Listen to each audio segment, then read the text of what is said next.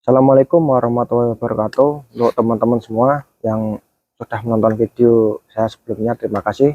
Dan di video kali ini saya mau membahas tentang bagaimana proses ke Korea dari nol sampai terbang. Perlu tak jelasin untuk teman-teman semua, untuk UMR di Korea ini sebesar 2 juta won. Kalau dirupiahkan itu sekitar 22 juta rupiah. Itu belum termasuk potongan, juga belum termasuk buat makan di sini. Jadi untuk teman-teman ketahui semua, kalau gaji di Korea itu sebesar 2 juta won, kalau dirupiahkan sekitar 22 juta. Jadi untuk sampai ke Korea itu ada tahap-tahapannya teman-teman, dan tahapannya itu sangat panjang. Untuk tahap yang pertama itu kita harus belajar bahasa Korea terlebih dahulu. Nah, untuk teman-teman yang bertanya, nah, kalau belajar bahasa Koreanya gimana mas ya? Untuk belajar bahasa Korea itu bisa otodidak, bisa belajar melalui lembaga pendidikan bahasa juga bisa, atau LPK. Untuk teman-teman, semisal teman-teman berminat untuk ke Korea, itu saya sarankan untuk belajar melalui LPK, karena di LPK itu kita dibimbing dari nol sampai bisa, bahkan dari soal-soal latihan tes pun di LPK juga komplit. Kenapa saya sarankan di LPK? Yaitu karena di LPK itu gurunya pasti tahu pengalaman tentang Korea, dan juga mempunyai banyak sekali trik-trik dan cara-cara untuk mengerjakan soal. Jadi untuk langkah yang pertama adalah belajar bahasa Korea melalui LPK. Teman-teman kalau memilih belajar di LPK, semisal nih, kan ada yang bertanya, mas kalau kita nggak punya biaya gimana cara belajarnya? Kan setiap LPK pasti ada biaya belajarnya, biaya pendidikan. Nah, misal teman-teman nggak ada dana untuk biaya untuk melakukan pendidikan, itu cari LPK yang ada namanya dana talangan. Jadi untuk proses dari nol sampai terbang itu ya LPK meminjami kita uang, atau mengasih kita seperti uang untuk jaminan biar kita bisa berangkat ke Korea. Akan tetapi jarang banget LPK yang ada uang talangannya atau dana talangan. Kenapa kok jarang yang ada dana talangan? Karena semakin banyak siswa kan otomatis yang lulus banyak, kan guru juga semakin susah untuk mencari uang. Jadi untuk proses belajar di LPK itu kurang lebih selama 4 bulan. Yang pertama itu, bulan pertama itu kita dilatih untuk membaca dan menulis serta merangkai kata dan menghafal kata kosakata dasar yang ringan-ringan seperti kalimat pertanyaan dan sebagainya, dan merangkai kata. Itu bulan pertama. Lalu untuk lanjut ke bulan yang kedua, biasanya itu kalau bulan yang kedua sudah masuk bab, itu ada materi-materi buku. Biasanya itu bukunya terdiri dari 60 bab. Itu yang tergantung kurikulumnya. Kalau yang kurikulum saya dulu itu kurikulum 2015 itu 60 bab. Jadi kita belajar 60 bab.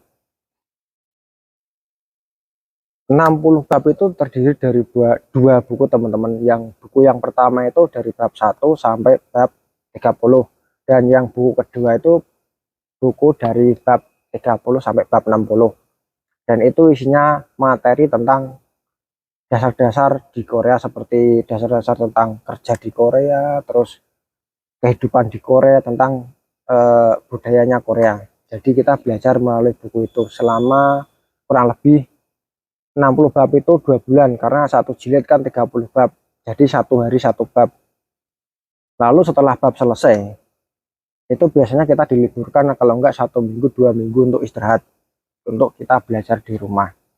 Lalu setelah itu kita dikasih yang namanya pemantapan atau tryout kalau pas kita waktu sekolah di SMK atau SMA, itu namanya pemantapan atau tryout. Dan tryout ini berlangsung cukup lama, soalnya kita harus latihan soal, latihan tes setiap hari, agar pada saat melakukan tes UPS topik itu kita sudah lancar dan bisa mengerjakan soal tentang bahasa Korea.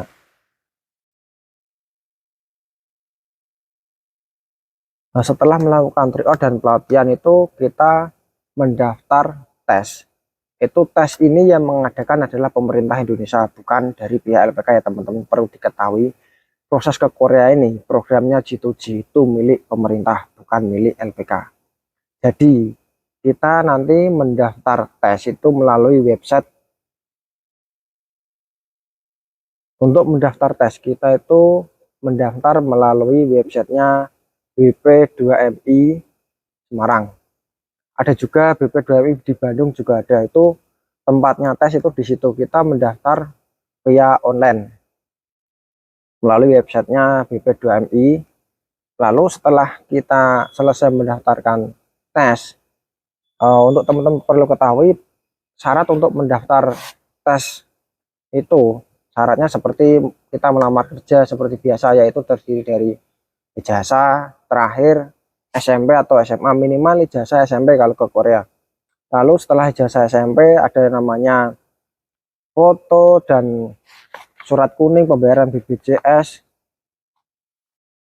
dan surat keterangan tidak mampu dari desa kalau nggak salah itu. Dan untuk teman-teman perlu diketahui pada saat pendaftaran tes UPS topik itu kita dikenakan biaya sebesar 400.000. 300 berapa itu dibulatkan aja menjadi 400.000 itu sekali daftar. Setelah kita mendaftar terus membayar administrasi melalui via online, langkah yang selanjutnya adalah kita verifikasi data. Verifikasi data itu dilakukan di UI Semarang.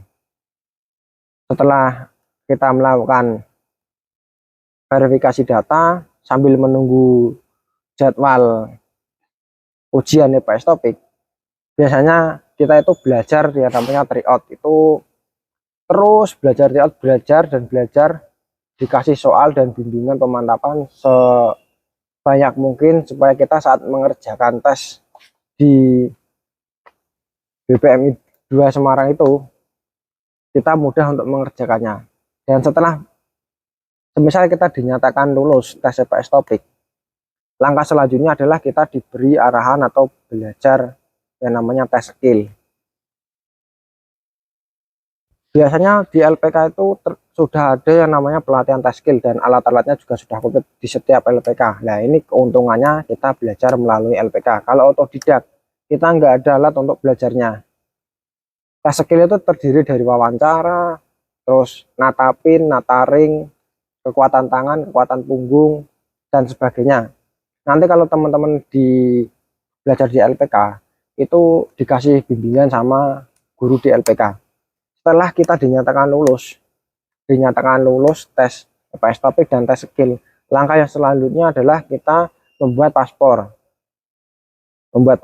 Terus membuat SKCK tingkat Polda, terus membuat yang namanya kita medikal mandiri. Biasanya kalau di daerah Jawa Tengah itu banyak rumah sakit yang bisa medikal. Dan persyaratan medikal ini bisa agar data kita bisa disanding ke Korea itu, kita itu penyakit yang tidak bisa ke Korea itu seperti penyakit menular seperti paru-paru, jantung, hepatitis, dan bekas flek, dan buta warna. Kalau buta warna itu nggak bisa berangkat ke Korea teman-teman. Setelah kita membuat seperti SKCK, paspor, dan medikal, dan membuat surat disnaker atau surat kuning biasa itu, dan fotokopi ijazah dan ijazah asli, semua itu data disimpan, dimasukkan ke dalam flash disk. Itu data kita dikirim atau dipromosikan, yang namanya itu sending data. Data kita dipromosikan ke Korea. Setelah data kita dipromosikan ke Korea, kita itu menunggu sampai ada bos atau sajang yang Korea yang mengambil data kita. Semisal data kita ada yang mengambil, ada yang bos Korea, ada yang minat mengambil data kita. Langkah yang selanjutnya adalah namanya prelim atau pelatihan kerja. Setelah kita melakukan pelatihan kerja kurang lebih selama 3 hari, dan pelatihan kerja itu ada medikalnya untuk teman-teman. Jadi medikalnya itu 2 kali. Yang pertama tadi mandiri, yang kedua pas saat pelatihan. Ketika saat pelatihan sudah selesai, pelatihan itu isinya kayak kita dilatih fisik, terus dilatih yang namanya tata tertib, terus dilatih bahasa Korea. Kemudian selama 1 minggu kita selesai pelatihan, terus nunggu beberapa hari kita langsung proses penerbangan. Nah, setelah proses penerbangan itu kita sampai di Korea, turun dari bis itu langsung kita medical lagi, medical check up lagi di Korea. Jadi medical itu 3 kali. Jadi seperti itu teman-teman proses ke Korea. Yang lama itu adalah menunggu SLC atau surat kontrak kerja, karena setelah dinyatakan lulus semuanya, data kita di sending, kita tuh nunggu yang namanya SLC, surat itu, surat tanda tangan kerja, itu surat panggilan kerja. Yang lama itu ya nunggu surat panggilan kerja itu bisa sampai, ya kalau yang rezekinya bagus ya saat nunggu SLC itu ya paling per musim itu kan 4 bulan.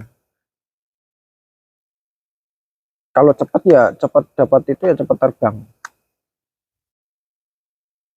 Karena SLC itu pas waktu saat turun atau surat panggilan kerja itu turun, itu nggak mesti teman-teman. Kadang ada yang dapat cepet banget, ada yang 4 bulan, ada yang 5 bulan, kadang ada yang sampai bertahun-tahun. Kayak contohnya kemarin yang kena corona, terus kasus data kita itu nggak terkirim ke Korea, jadi yang dapat SLC cuma sebagian.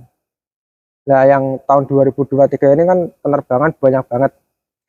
Dari ya BNP2TKI kan juga sudah menerbangkan PMI dari Indonesia itu banyak banget, yang dari yang ke Jepang, yang ke Korea kan banyak. Jadi seperti itu teman-teman, proses ke Korea seperti itu. Untuk masalah biaya, proses ke Korea itu kurang lebih memakan biaya sebesar kurang lebih ya sekitar 30 juta 40 jutaan. Kalau kita yang ikut sekolahan dana talangan itu biasanya 30 juta.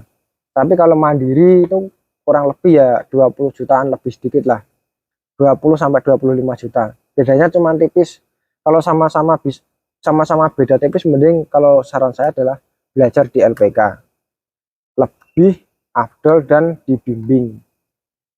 Seperti itu, dan teman-teman saya sarankan pada saat mencari LPK itu ditelusuri benar-benar, tanya ke senior yang sudah terbang, ini LPK ini bagaimana, bagus atau tidak, terus proses pembayarannya itu ribet atau enggak, atau banyak dana yang kita mengalir.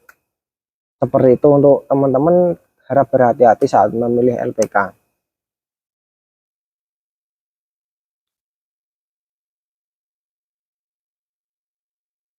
Sekian video ini saya buat, terima kasih sudah menonton. Bila teman-teman ada yang kurang jelas atau kurang paham, bisa komen di bawah. Jangan lupa like, komen, dan subscribe untuk bisa melihat video selanjutnya. Kalau teman-teman yang kurang paham, bisa misalnya ada pertanyaan yang misalnya, Mas ini kok begini kayak gini, gimana ya, minta solusi, bisa langsung komen di bawah, nanti saya buatkan video. Sekian, terima kasih sudah menonton. Wassalamualaikum warahmatullahi wabarakatuh. Pokoknya semangat, anak muda Indonesia harus menjadi TKI. Kenapa harus menjadi TKI? Uangnya banyak.